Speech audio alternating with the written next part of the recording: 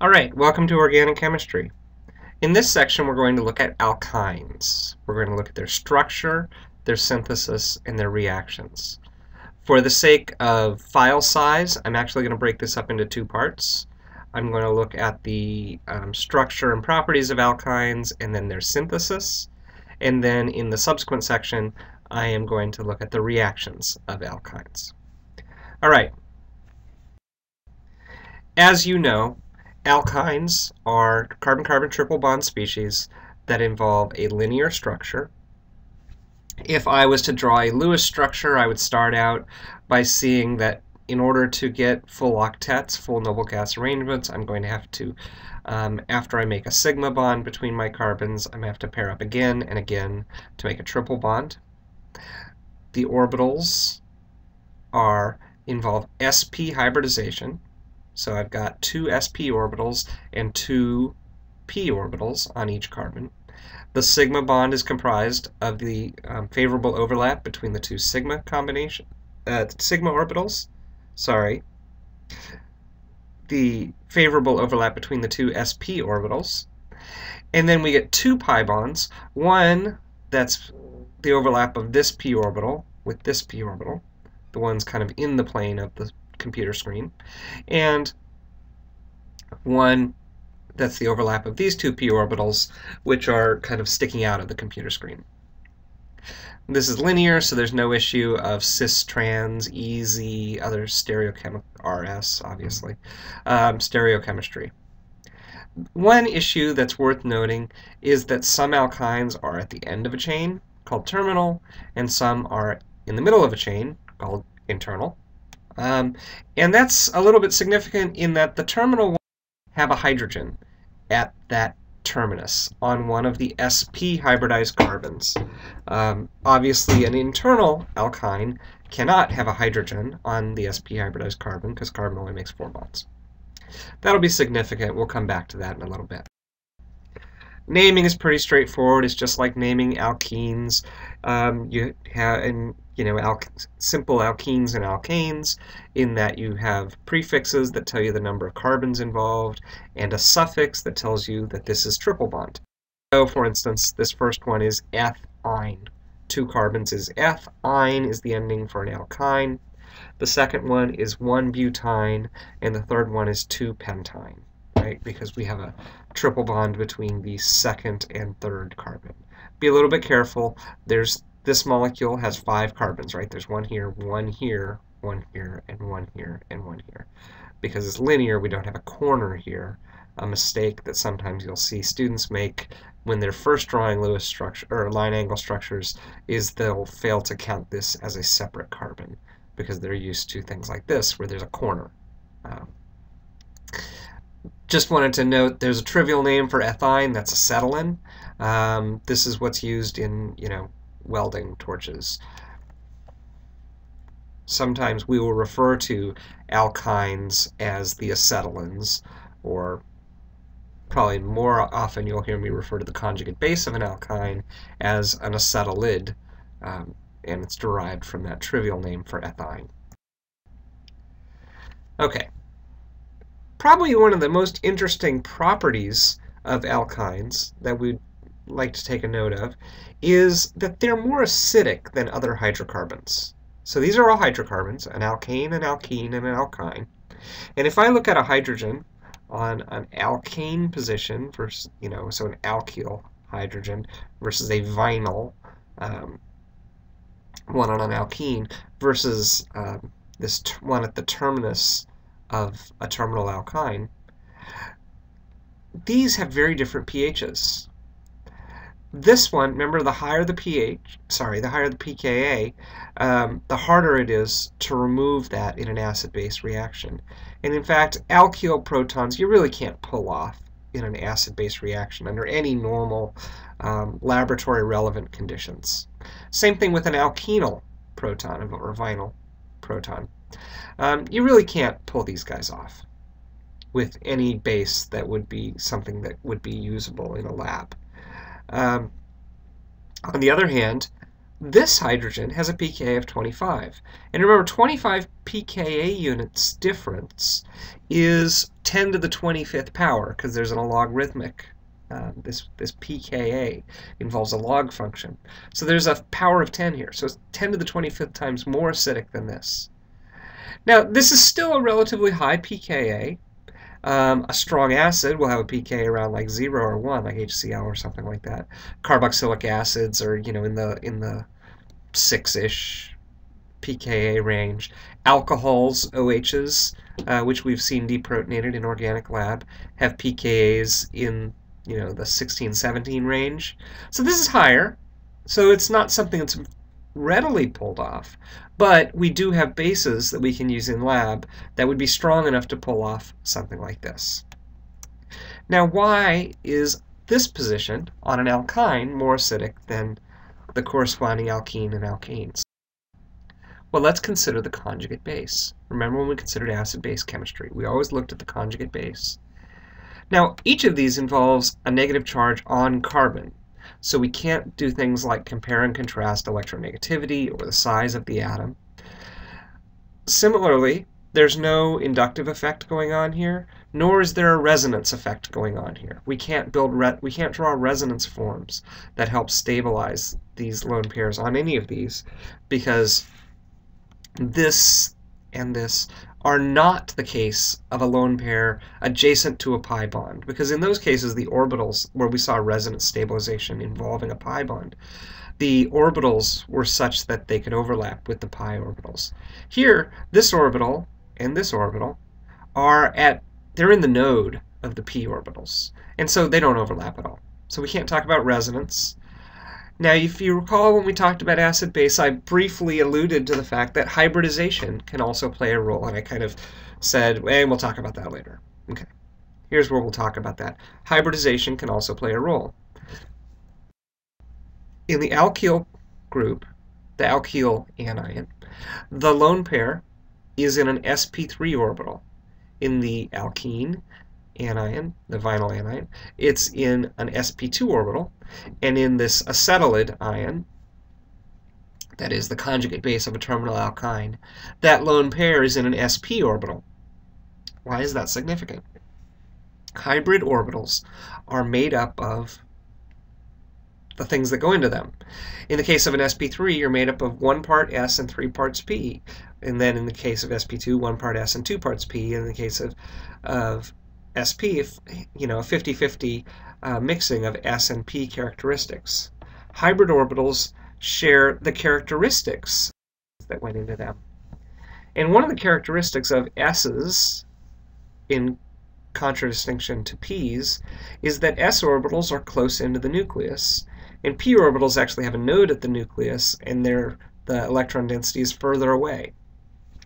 And so if my hybrid orbital is more p-like and less s-like, the electrons will be further away from the nucleus, where on the other hand, in an sp orbital, where we've got the most amount of s character, right, because this is equal parts s and p, the electrons are more s-like and less p-like relative to an sp3 or an sp2. And so therefore the electrons are closer into the nucleus. That's a favorable thing. Well, why? Because electrons are negatively charged and the nucleus is where the positives are, and it will be energetically favorable, that is, it will be a lower potential energy, to have the electrons in an orbital closer to the nucleus than further from a nucleus. And so therefore, a conjugate base where my lone pair is on an sp hybridized position is going to be much more stable than a conjugate base where my lone pair is on an sp3 hybridized position. So this is still a carbanion, and it's still reactive, but at least it's doable in the laboratory. So for instance, if we had a terminal alkyne, we could treat it with some strong base and sodium amide, NaNH2. Be careful, this is not Na in liquid NH3. We'll see that in a later reaction. Instead, this is an ionic substance, Na+, and NH2-.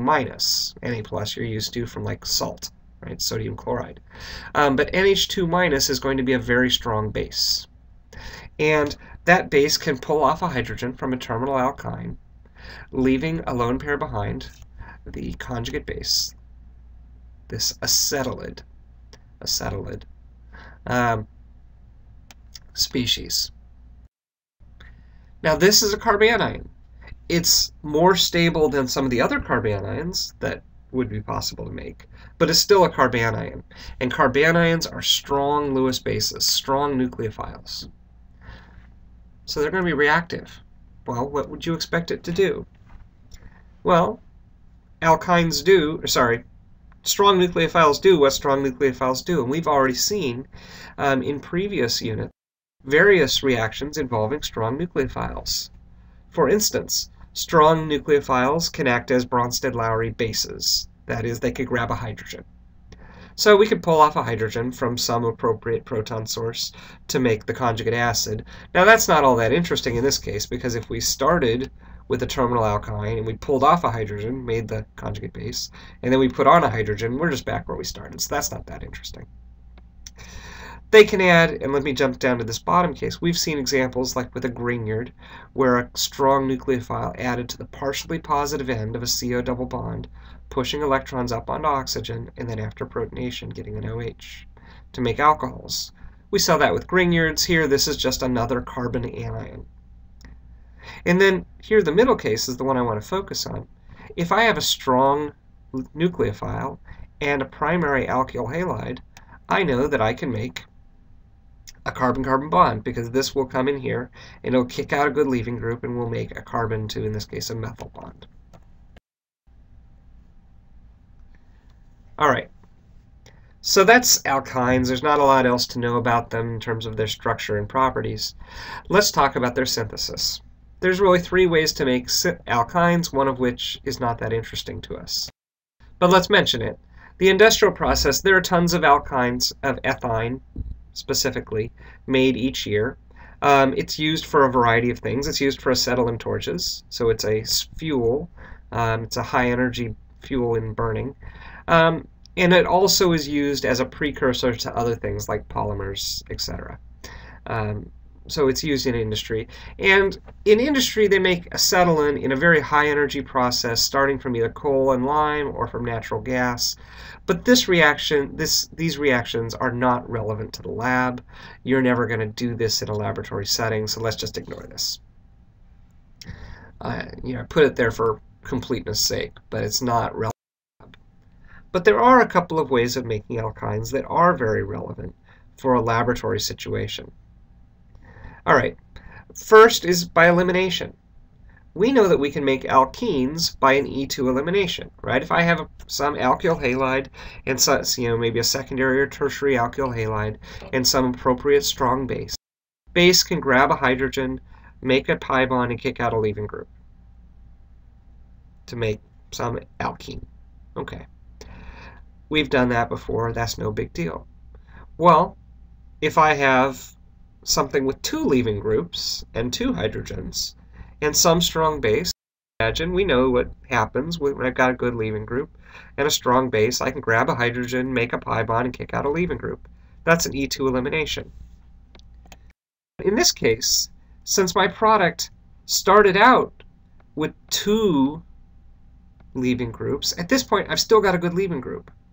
And here, if I've still got a strong base around, and remember, it's very easy to think of having one of this and one of that when we're drawing a chemical reaction on paper. But really what we've got is a flask. And in the flask we've got a huge collection of these and a huge collection of these. Something on the order of 6.02 times 10 to the 23rd, or some similarly very large number of these, and some very large number of these. So this is in the flask. There's still a very large number of bases around.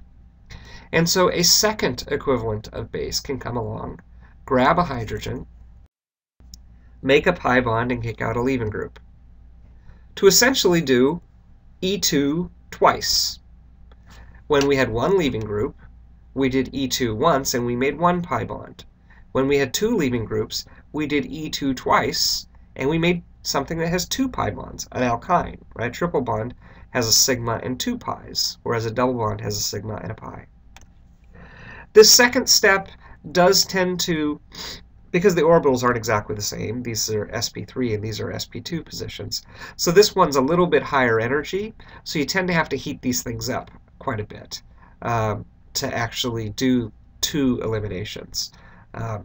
But in principle, this is really the exact same thing we saw with alkene synthesis, just twice. And in fact, we're going to see that again and again, that alkynes can really be considered as just an alkene times 2.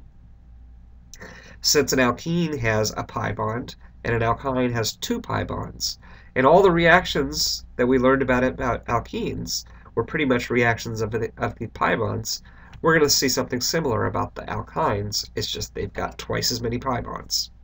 Okay. Just wanted to show a couple of different variants on this. I could use bases like potassium hydroxide or sodium amide. I generally have to heat this thing up quite a bit. This is pretty hot for heating things up in a laboratory setting. So there is a fair barrier to do this double elimination, but it's certainly doable. And I wanted to that I could have my 2 leaving groups on the same position or on adjacent positions. And by the way, the term for having 2 groups on the same position is called geminal, and that term comes from like the same root as Gemini, the twins in Greek mythology. And vicinal is the term for 2 groups on adjacent positions. That's the same root as in the word vicinity. This one is in the same vicinity as that one. These 2 are twins, I guess is the way you would look at it. But here, I pull off a hydrogen from here and a leaving group from here, and then a second hydrogen from here and a second leaving group from here. So I make 2 pi bonds between these 2 positions to make the triple bond. Here, I can pull off a hydrogen from here and a leaving group from here, but then there's also a hydrogen here and a leaving group here. So again, I do 2 E2 eliminations between these 2 positions, and so I end up with a triple bond. Either one works. You can get to an alkyne from either a gem dihalide or a vicinal dihalide. Gem is just short for geminal. I'm not going to belabor this, but when you are heating something up with some strong base at a high temperature, it's possible to have rearrangements happen. This is just a series of deprotonate, protonate, deprotonate, protonate. Well, that's it. It's a deprotonation followed by protonation, and then another deprotonation followed by protonation. So it's possible to have your triple bond essentially walk along that chain. This case is, what is this, 1, 2, 3, 4, 5. This is, 2 octine being transformed into 1 octine. I'm not going to worry about this over much. Just realize that in the laboratory sometimes things are more complex. That is, there's some other considerations in the lab. So that's one way of making alkynes.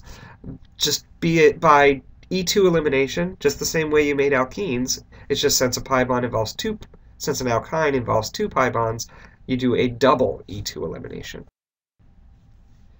Now we can also make alkynes from other alkynes.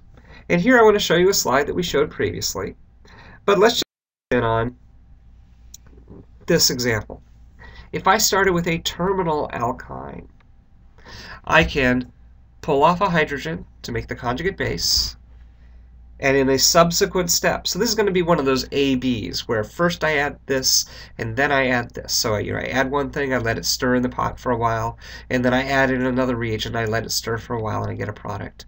Where, in this case, if I throw in any primary alkyl halide, my nucleophile can add to here, kick out a leaving group, and make some new branch.